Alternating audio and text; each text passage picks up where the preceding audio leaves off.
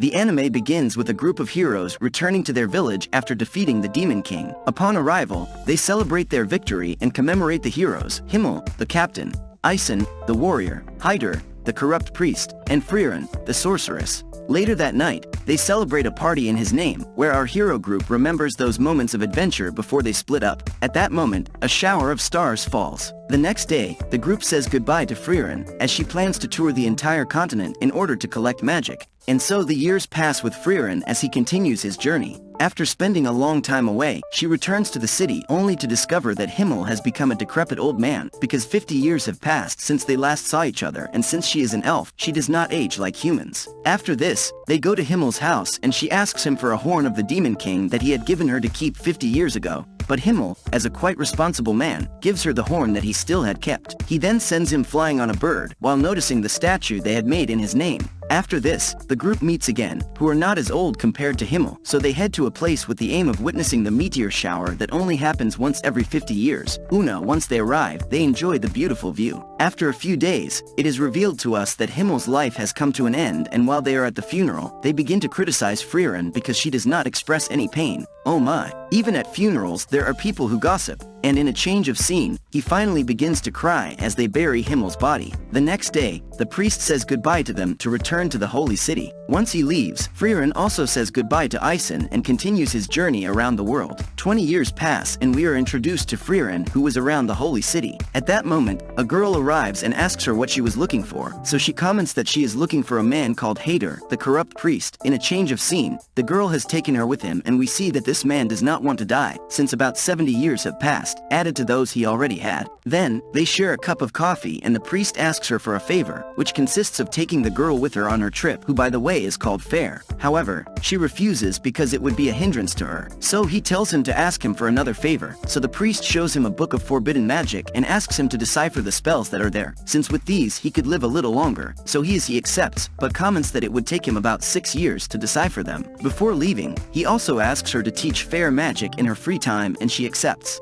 After this, some 4 years pass where Frieren kept studying the grimoire and training Fair in her free time. One night, the priest comes to her and asks her how Fair is doing in her training, so she comments that girl is a prodigy, since she learned in 4 years what would take a normal person 10. Suddenly, the priest faints. In a change of scene, we see Frieren, who tells the priest that he hastened to decipher the grimoire to achieve his immortality. A few days pass and we see that Fern has improved a lot with her training, while Frieren finally managed to encrypt the grimoire. However, it does not contain any immortality spell. It turns out that the priest had tricked her into training Fern during this time, with the aim that she is no longer a hindrance, so she again asks him to take Fern along with her on her trip, since he does not have much time left to live. So Frieren accepts, but he feels quite sad because he is about to lose another friend. A few days pass and it is revealed to us that the priest finally left for the other world. After saying goodbye to his grave, Frieren continues his journey with Fern. We move forward 2 years and now we see that they were looking for a flower called the Blue Moon. It turns out that this flower is almost extinct, but Frieren hopes to find one, since Himmel, before his death, had promised her that he would take her to his hometown so he could meet her. However, 6 more months pass and they still haven't been able to find the flower, so Fern feels quite worried about Frieren's obsession and tells him that he should abandon the idea. Just then, a squirrel steals some seeds, so they go after it. Once they arrive, they discover that a tower was full of this flower. After this, they decorate Himmel's statue, since Frieren can produce as many as he wants after studying it.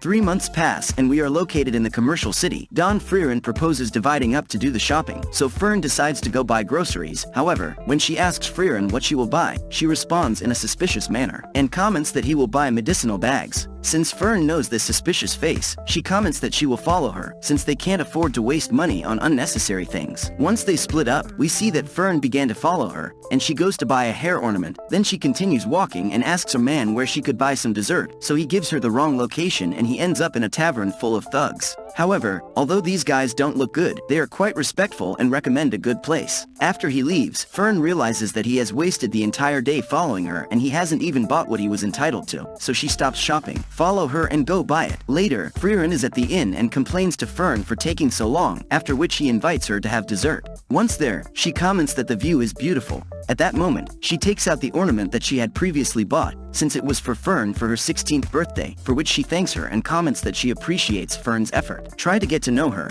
since Frieren is terrible at knowing others. After this, they continue their journey and head to Grouser Forest. Once they arrive, an old man recognizes her and asks her if she has come to verify the Kavar seal, so she comments that yes, and here it is revealed to us that 80 years ago, she and her friends sealed this demon. However, this seal was almost destroyed, so he has come to annihilate this demon. Once they arrive where it was sealed, he tells Frieren to prepare, since tomorrow he would lift the seal to defeat the demon. That night, Frieren asks her why they didn't defeat the demon instead of sealing it, and she responds by saying that this demon was too powerful, so they had to resort to sealing it. The next morning, Frieren finally removes the seal and tells Frieren not to let her guard down. Once she has removed the seal, the demon greets her and asks her how many years have passed, to which she responds saying that 80 years. Also comments that they have defeated the Demon King, and so Kavar wants to seek revenge. However, his magic is no longer as powerful, and here it is revealed to us that after he was sealed 80 years ago, humanity began to investigate their magic and test it, so they developed new magic capable of surpassing it, so the level of their magic dropped to a common level. However, the demon discovers the weak point of Frieren's defensive magic and begins to attack her, with the aim of making her tired, since Frieren's defensive magic consumes a lot of magical power. However, Frieren ends it with a powerful spell. After this, he says goodbye to the villagers who thank him for saving them and continues his journey. After a few days, he arrives at Grant's Bay, where he accepts a job of cleaning the bay in exchange for a grimoire. However, he knows that the grimoire is false, but I only accepted the job because it seemed that the people of this place really needed to clean the bay, and so 3 months pass and they are still in this place. One morning, Frieren had already gone out shopping, and when she returned, Frieren was still asleep, so he had to wake her up, bathe her, and even feed her. Then they go to continue cleaning the bay, where Frieren complains to him for being so careless, since these last few months, she has had to be playing the role of her mother. And so a few days pass and they continue doing their work. Finally, they have been able to clean the bay completely, so now we see quite a beautiful place. After this, they head to the Brett region to visit their friend Ison. Once they arrive, they share a cup of tea. While they talk, Frieren asks him if he doesn't want him to help him with something, to which he comments that it is not yet his time to leave for the other world, since he did the same with the corrupt priest. However, he asks him to help him look for Mrs. Flum's writings. Once they arrive at the place where they are going to investigate, Frieren comments that they will have to look for the largest tree in this enormous forest. The problem is that they are all almost the same. He also comments that they will have to do it quickly, since Frieren does not have much patience, and that's how it is. That they begin to search. A few days pass and they find nothing. However, Frieren comments that she has seen a tree quite a bit. While they are on their way, Frieren asks Ison why he has decided to look for the writings, and he comments that he had it for her, because on the day of Himmel's death, he found it quite sad when he commented that he wanted to know him better. It turns out that in Flum's writings, there is a spell that allows you to speak with beings from beyond. Once they arrive, they discover that the tree is surrounded by a barrier, and here it is revealed to us that 1,000 years ago, Frieren was in this same place with her teacher, who turns out to be the great sorceress Flum, so she manages to remove the barrier and finds the grimoire. At that moment, Ison asks her if she found anything about talking to the dead, and she reveals to us that 1,000 years ago, Flum found a place called Oriole, where souls go after leaving the body, where he was able to live with his past friends, but apparently kept it a secret. So Frieren asks her where it is located, and she comments that it is in the northern part of the continent, in a place called Enda. The problem with this is that in that same place,